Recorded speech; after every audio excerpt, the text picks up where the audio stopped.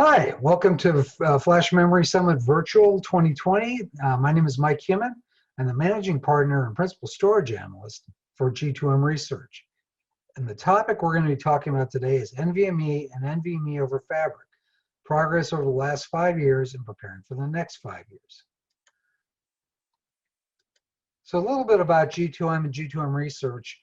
Last year, if you remember, at Flash Memory Summit 2019, we actually did in the hot seat interviews with about 13 companies. Obviously, this year, a little bit different situation. Not going to be able to do that this year, but perhaps we might do those early, and next year we'll see. Certainly, if Flash Memory Summit goes physical next year, we'll be back and we'll be doing them there too.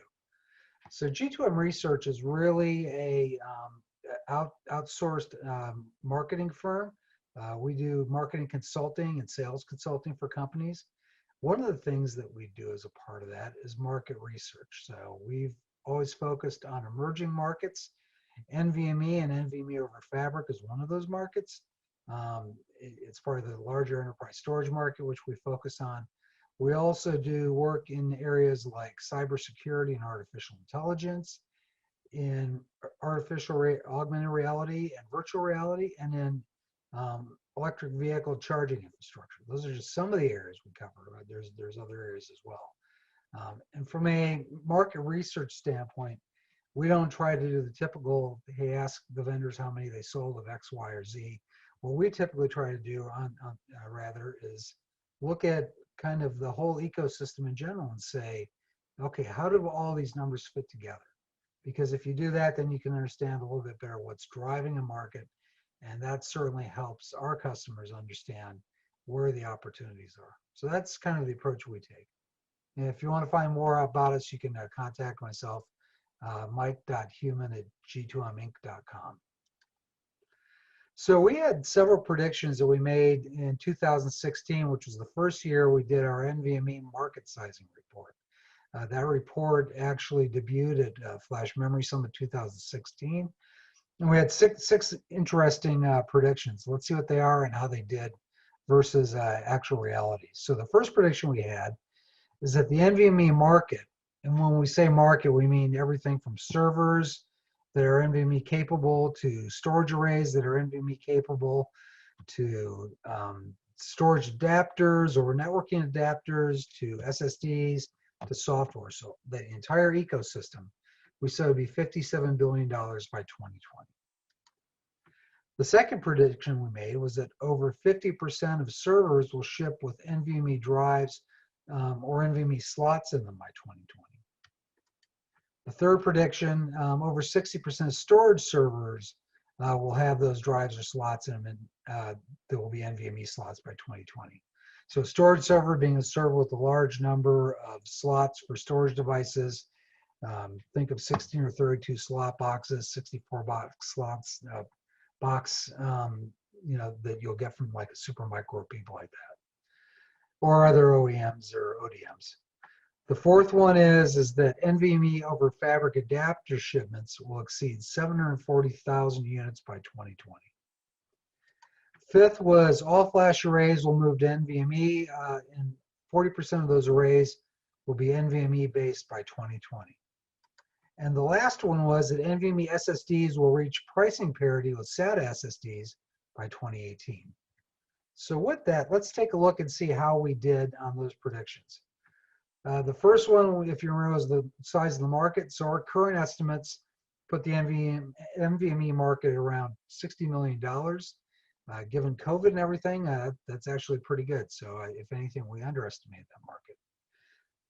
Secondarily, is that nearly all servers shipping today support M.2 drives. So if you remember, we predicted that 50% of servers will ship with NVMe drives or NVMe slots. Basically today, 100% of them do if you look at M.2 alone. If you look at U.2, it's closer to the 50% number. But so today, obviously, overwhelmingly, most of the servers that ship support NVMe. The second prediction had been over 60% of storage servers will support NVMe by 2020. That one, it's a little harder to say. They don't generally release numbers, but if you look at the storage servers that are out there, certainly by a model count, they're predominantly NVMe. And certainly given the fact that more than 50% of all enterprise SSDs that are shipping today are NVMe, it's pretty safe to assume that it's likely that over 60% of the storage servers will be NVMe as well. On the adapter side, if you look at today at adapters, on network adapters, whether they're InfiniBand, whether they're fiber channel, or whether they're Ethernet, nearly every single adapter supports NVMe over Fabric. That doesn't mean they're all used that way by end users, but it means the capability to do NVMe over Fabric exists in every single one of those adapters today. Well, the next one was over 40% of all flash arrays will be NVMe based by 2020. If you look at the market that's out there, certainly over half of all the all-flash arrays are utilize NVMe drives, at least in part, and support NVMe over Fabric networking. Again, doesn't mean that they're used that way by end users, but that is what is out there in the industry, and that's what's available to users. And then finally, on the pricing parity of NVMe and SATA SSDs, the SATA market companies have driven the pricing down significantly on their drives. So we're not quite at price parity, but if you look at how much NVMe SSD prices have decreased, you can see they're at a point they almost match what the SATA SSDs were at. They're certainly within 10 to 15%, depending on model, type, performance, and some other factors. Invariably, you can tell that they've certainly reached a point where the price is certainly reasonable for the average user, because today NVMe drives, in fact, that crossover happened in 2018, NVMe drives constitute the majority of SSDs that are sold into the enterprise. So let's look at a couple of reasons why NVMe took off so quickly. It certainly got a lot of user adoption in a very quick fashion. One of the first ones is performance. If you look at NVMe drives, the performance on these drives, especially in the case of latency, is significantly greater than the performance of similar SAS SATA SSDs. And a lot of that is due to the fact that with SAS SATA SSDs, you have a very large protocol stack that you have to process before you can move an IO. With NVMe, it's much simpler. That makes it much faster. Secondarily, from a capability standpoint, NVMe provides a lot of features not available in SAS SATA. Think about things like zone namespaces, virtual SSDs. There's just a whole bunch of features that it has that really are built around flash that SAS and SATA just don't support because they're built around rotating media. And for a lot of these features provide a lot of capabilities to people that are either using these in systems for storage purposes or using them for application acceleration. And that's very important for those users. Finally, pricing. As we said a little earlier, the pricing on NVMe SSDs is close enough to SAS SATA pricing that it's induced switchover. Certainly from a price value standpoint, you can say NVMe SSDs provide more value for the price. And that's why if you look at some other market spaces like the gaming space, laptops, things like that, NVMe SSDs are almost completely all you see. They are by far and away the lion's share of the market in those specific markets. One of the things that's big about NVMe and NVMe over Fabric is they've really enabled a lot of breakthrough concepts that companies have been able to use to improve both performance and some other capabilities of their applications and of their architectures, their storage architectures. Well, a good example of this is what we call scale-out flash storage software, or SOFS software. You can see some of the names of some of the companies up here that do this particular type of software. And the good thing about SOFS software is it allows you to take a bunch of servers that each have their own storage pools built out of NVMe SSDs. And if you have NVMe over Fabric networking connecting these, you can combine all those storage pools into one large namespace. That namespace, then you can partition up, allow certain users to see certain parts, all the type of capabilities that you've always had with storage arrays. You have with with this type of software. It's really kind of software-defined storage 2.0. A lot more capabilities than the old software-defined storage opportunities had, and certainly has seen a lot of pickup by a lot of large enterprises. The second one here, virtual SSDs. So that allows you to take a solid-state drive that's an NVMe drive and split it up into multiple virtual SSDs that you can assign different sizes to, different shapes to. You can actually give them different quality of service settings, and you can vary all this over time based on software. That is really valuable, especially when you think about the fact that these SSDs keep getting bigger and bigger. We have SSDs now with tens of terabytes. 16 terabytes isn't uncommon. We're going to have 32 terabyte SSDs. And for a lot of cases, splitting these up between workloads helps manage them much better. Third one is composable storage architectures. So if you think about previously, say 10 years ago, if I wanted to build a storage array that was disaggregated, what I typically had was a couple controllers sitting at the top of a rack, and then they connected typically with SAS to a bunch of JBODs or JBOFs that were underneath them. Okay, while this worked and allowed you to extend your storage pools, it didn't provide a lot of flexibility because those connections were one-to-many connections. It wasn't a true network. Now with NVMe over Fabric, you can actually have a true network on the back of your storage. If you look over here, this is an example of a different setup. You can see this has 3 controllers, and they're all sharing 5 different JBOFs. And you can move these connections around because this is all one big fabric.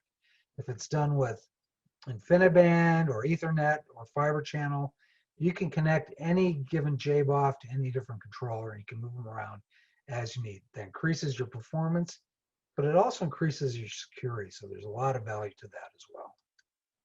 And then finally, the enterprise data center small form factor SSD, which has recently been introduced over the past couple of years.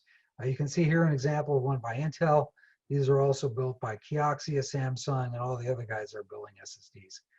This is a form factor that's been built specifically around flash. Okay, unlike our 2.5-inch U.2 drives, which are nice, they provide a lot of capability, but those were built around a 2.5-inch rotating disk. And they didn't necessarily optimize the space of the footprint for flash cooling or for flash just total density. ESDFF does that.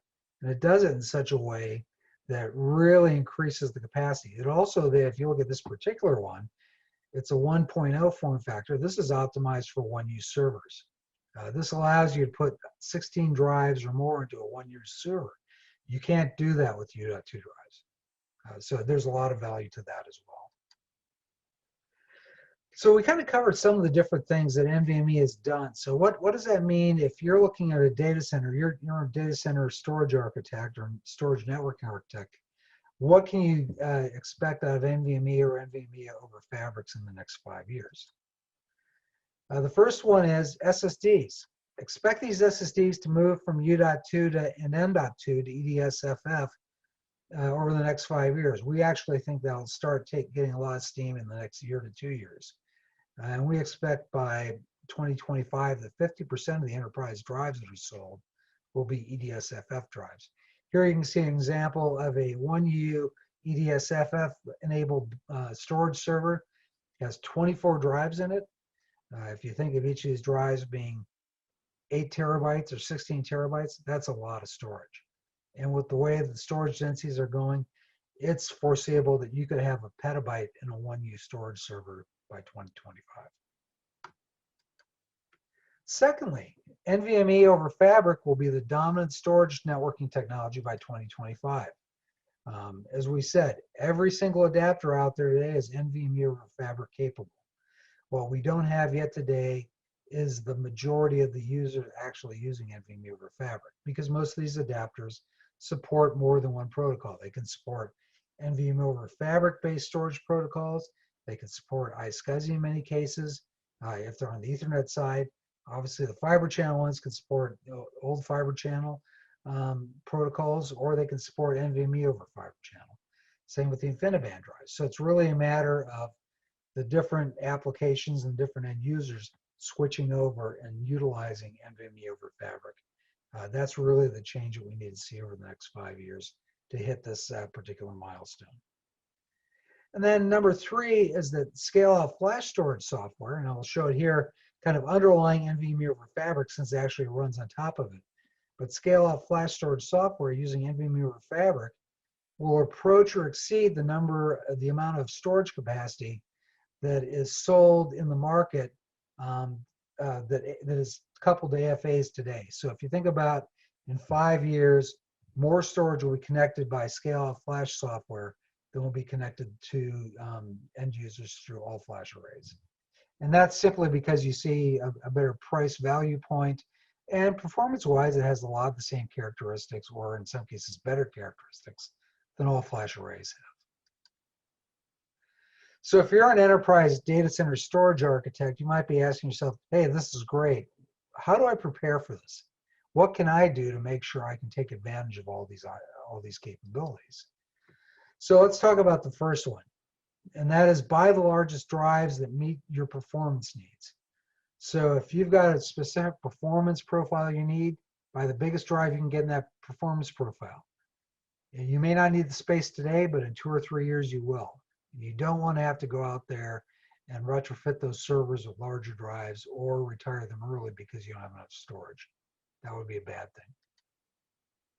Secondly, over the next couple of years, think really hard about making that transition from U.2 drives and M.2s to ESDFF form factors. Do this even if your server vendor doesn't tell you that you should do it. Ask them about it, say, hey, what about this? What do you think? Is it time to start moving over to this?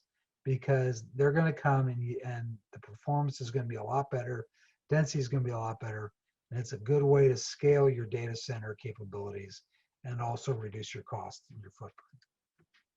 And then finally, one of the things we've spent a lot of time on over the past, 10 or 20 years is deduplication, or eliminating duplicate data within the data center. When storage was expensive and hard to come by and performance wasn't so great, that was a big issue. Today, you've got huge drives that can store lots of data. So there's no reason to be afraid of that. Networking speeds, even for storage networks, are such that you can move that data around very easily. And if you think about a lot of your workload being virtualized and things like that, having duplicate data sets probably makes both virtual machine migrations and things like data availability and disaster recovery far simpler. Also, by having duplicate sets of data, it allows you to have different sets of data along with different applications, and that means you can reduce the amount of hotspots you have in your network, which is also very valuable. And it also simplifies data management. You might think that, hey, the more copies of a piece of data I have, the harder it is. It's actually kind of the converse, because you don't have to worry about as much. As long as you keep that data synchronized, it's actually not a bad thing. And then a couple final thoughts here that I just throw out there. We talk a lot about in our technology world about disruptive technologies. In reality, most technologies that are successful, probably nearly all of them, aren't disruptive, they're evolutionary. If they're disruptive, they'd be really hard for end users to actually pick up.